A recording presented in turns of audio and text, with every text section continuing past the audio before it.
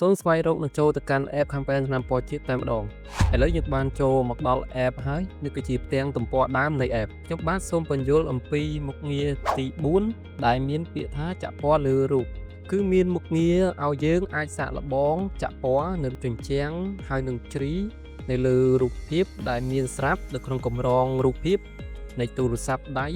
ឬក៏ធ្វើការថតចេញពីកាមេរ៉ាផ្ទាល់ព្រាមៗតែម្ដងហើយនៅពេលចាក់ពណ៌យើងអាចរើសពណ៌ចេញពីកាតាឡុកពណ៌នៃផលិតផលរបស់ក្រុមហ៊ុន Campaign ត្រាំពណ៌ជាតិឬក៏ដុំគំរូពណ៌ហើយពណ៌ដែលយើងបានពេញចិត្តនៅពេលដែលយើងចាក់រួចហើយយើងអាចធ្វើការរក្សាទុកនៅក្នុងផ្នែកបានរក្សាទុកសូមចុចនៅលើមុខងារទី4ដែលមានពាក្យថាចាក់ពណ៌លើរូបចូលមកដល់ផ្ទាំងដែលមានចំណងជើងថាចាក់ពណ៌លើរូបភាព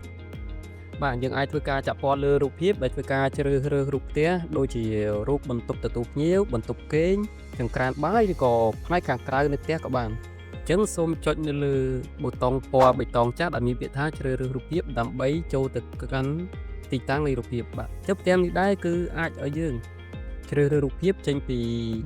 អាល់ប៊ុមនៅក្នុង device របស់យើងឬក៏ធ្វើការថតរូបតាមរយៈកាមេរ៉ាព្រាមៗផ្ទាល់តែម្ដងបាទខ្ញុំបាទសូមចាក់ពណ៌ដោយជ្រើសរើសរូបដែលមានស្រាប់នៅក្នុងអាល់ប៊ុមដោយចុចនៅលើប៊ូតុងពណ៌បៃតងចាស់ដែលមានពាក្យថាជ្រើសរើសអញ្ចឹងចូលមកដល់ផ្ទាំងនេះដែរបានបង្ហាញពីរូបភាពដែលមាននៅក្នុង device ខ្ញុំសូមរើសរូបភាពមួយគឺបន្ទប់ទទួលភ្ញៀវដើម្បីធ្វើការសាកល្បងចាក់ពណ៌បាទអញ្ចឹងរូបភាពបានធ្លាក់ចូលមកក្នុងផ្ទាំងចាក់ពណ៌លើរូបភាពហើយអញ្ចឹងដើម្បីអាចធ្វើការចាក់ពណ៌លើរូបភាពបានជាជំហានដំបូងគឺសូមចុចនៅលើប៊ូតុងពណ៌បៃតងចាស់ដែលមានពាក្យថាចុចថែមតំបន់ដើម្បីចាប់ផ្ដើមចាក់ពណ៌ឬក៏ប៊ូតុងពណ៌បៃតងចាស់នៅខាងក្រោមដែលមានពាក្យថាថែមតំបន់បាទអញ្ចឹងអត្ថប្រយោជន៍នៃការប្រើប៊ូតុងថែមតំបន់ដើម្បីចាក់ពណ៌នេះគឺយើងអាចធ្វើការចាក់ពណ៌ផ្ដាច់ពីគ្នាបានរវាងពណ៌ជញ្ជាំងហើយនិងពណ៌ជ្រីបាទអញ្ចឹងសូមចុចលើប៊ូតុងខាងលើក៏បានខាងក្រោមក៏បានអញ្ចឹងសូមចុចលើប៊ូតុងថែមតំបន់បាទបន្ទាប់ពីយើងចុចលើប៊ូតុងបង្កើតផ្ទៃតំបន់ឬក៏ថែមតំបន់នោះរួចហើយយើងអាចធ្វើការជ្រើសរើសពណ៌ទៅតាមប្រភេទផលិតផលថ្នាំនេះបាទដូចជាសាកាវីតាផែនតិចនិង A25 ឬក៏ពណ៌កាតាឡុកអូមីឬក៏ពណ៌កាតាឡុកផ្សេងៗទៀតបាទដូច្នេះខ្ញុំបាទសូមជ្រើសយកពណ៌កាតាឡុកសាកាវីតាផែនតិចនិង A25 មកធ្វើការបង្ហាញបាទអញ្ចឹងសូមចុចលើរូបផលិតផលបាទបន្ទាប់ពីយើងចុចជ្រើសរើសពណ៌កាតាឡុកទៅតាមប្រភេទផលិតផលរួចហើយវានឹងបង្ហាញពណ៌ទី1ដែលតំណាងដោយពាក្យថា Air1 បាទដែលមានពាក្យថា Air1 នៅក្រោមផ្នែកតំបន់ចឹងយើងអាចធ្វើការផ្លាស់ប្ដូរពណ៌បានដោយចុចនៅលើប៊ូតុងរង្វង់មូលដែលមានពាក្យថា Air1 បាទអញ្ចឹង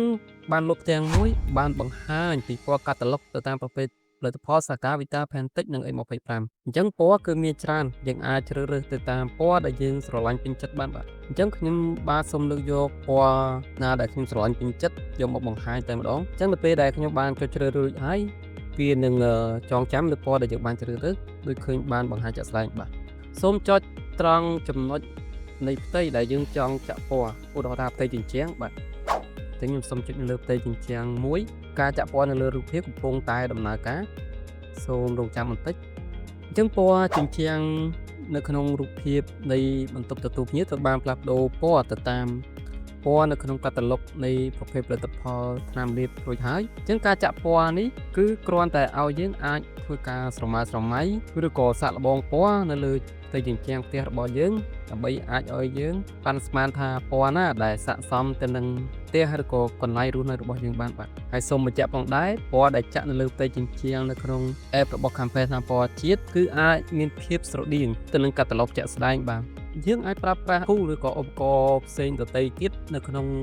ការចាក់ពណ៌លើរូបភាពនេះបានដែរដើម្បីធ្វើការបង្ហាញทั่វទាំងអស់នឹងបានសូមចុចនៅលើពាក្យបង្ហាញបន្ថែមឬបង្ហាញថែមបាទអញ្ចឹងនៅពេលដែលខ្ញុំចុចហើយគឺវាបានបង្ហាញពណ៌ដែលយើងជ្រើសរើសទៅតាមកាតាឡុកនៃផលិតផលហើយនៅខាងក្រោមនេះដែរគឺឧបករណ៍មានដូចជាឧបករណ៍ចាក់ពណ៌ឧបករណ៍សម្អាត